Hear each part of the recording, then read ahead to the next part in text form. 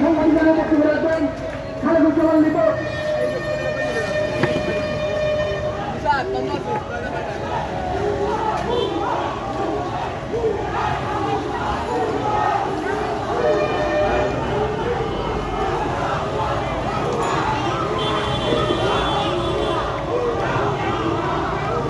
সংগ্রামী বন্ধুগণ,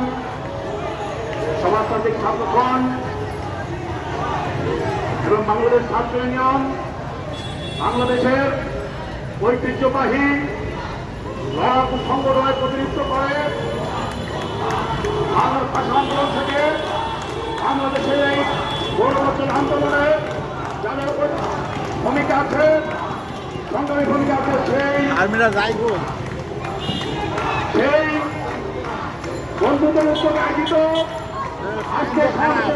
সভাপতি সংগ্রামী ছাত্রনেতা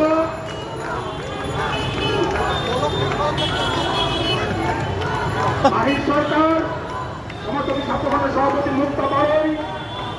সমাজতান্ত্রিক ছাত্রফ্রন্টের সাধারণ সম্পাদক রায়হান উদ্দিন, বাংলাদেশ ছাত্র ইউনিয়নের সাধারণ সম্পাদক আদিল শুভ সহ এখানে যারা জমায়েত হয়েছেন আপনাদের সবাইকে শ্রমিকশ্রেণীর পক্ষ থেকে বিশেষ করে সারা বাংলাদেশের যে 60 লক্ষ আমাদের ব্যাটারি রিক্সা ইজি বাইক চলে